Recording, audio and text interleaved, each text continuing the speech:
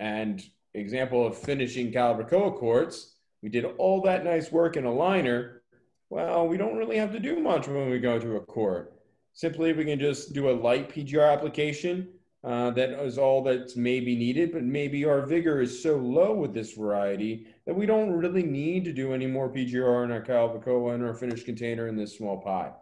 We just need to focus on pushing growth, right? And that's really knowing what genetics you're ordering for what pot size.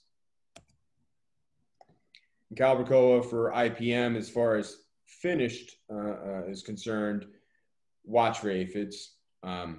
Have a plan and spray preventatively to keep your populations low. Everybody likes to hang your baskets up to utilize the space more, but a drench application for preventing aphids is much more costly versus sprays. So just make sure that you have a low population before you even go hang up. That way you can get more longevity for yourself and also your consumer, right, in their garden center before it ends up in somebody's house. Thrips, only 2 life stages can be controlled by sprays. Therefore, you want to do a preventative plan. But if you're producing spring crops, a preventative plan for thrips should be part of your everyday IPM. And really, Calibrachoa doesn't have any, specific issues, right? It's not quite like I would say a Gerber, right, for example, is sort of a thrip magnet. So you definitely want to watch that.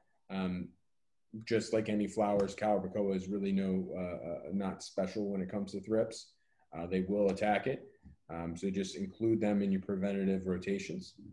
And then your top diseases really for your finished IPM are your botrytis. Botrytis, you have all those flowers and those they're gorgeous. And the reason why consumers truly love Calibrachoa and to purchase Calibrachoa, but in our neck of the woods, they can also be issues, right? So spray and do the preventative botrytis sprays. You get in some cloudy weather, you might want to spray beforehand. Second, we have powdery mildew, really, which depending on what region you are in North America, around the Great Lakes, you are lucky, not so lucky, but you do have a strain powdery mildew that will go from Verbena to Calibrachoa and back and forth. It's not as prevalent in other parts of North America, but just be cognizant of that. So I would recommend too that we just have an idea about our dew points. That way we're not creating situations that are favorable to powdery mildew.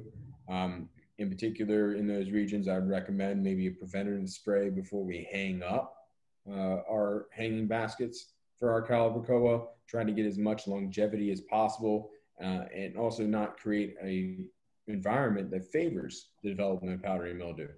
And finally, you have your Thabiopsis and Pythium, which are 2 of your root diseases.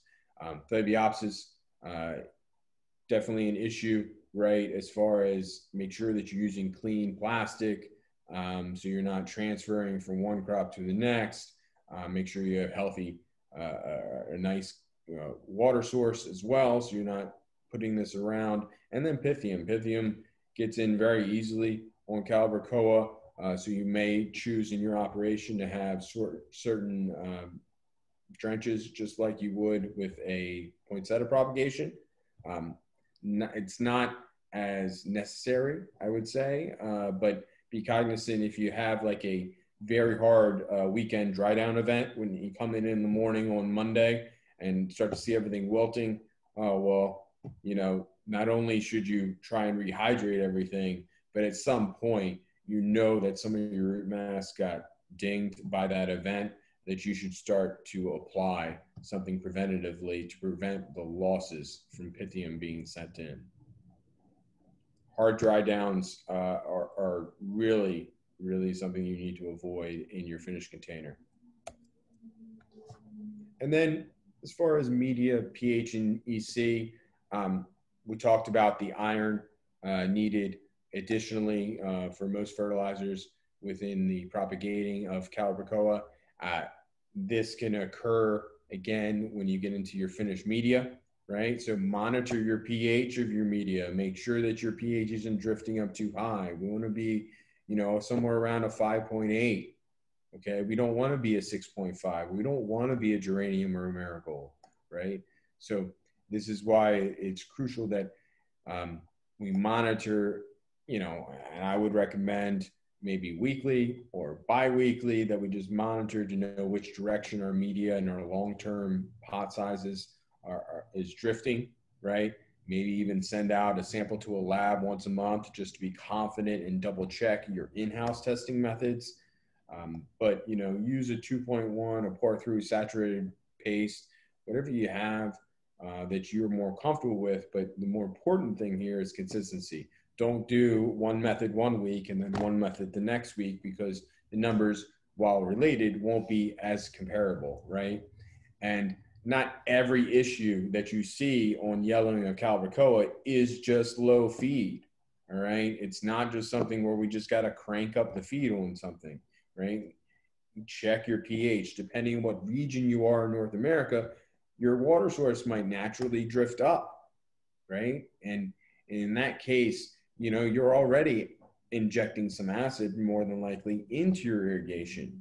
But you can, depending on your sophistication or size of your operation, if we know that we need a low pH media for our Calibrachoa, one of the easiest things could be to increase our low pH media order and just make sure pansies and Calibrachoa get planted in low pH media. Now, some things you want to keep simple, stupid. So you don't want to necessarily overly complicate things, but in certain operations, it could actually lessen your headaches on the back end. And those are just, you know, some of the key points in Calibrachoa production, naturally. And anything, there's any plants, there's many ways to grow a plant. Feel free to reach out to my email. And, you know, that's it for today.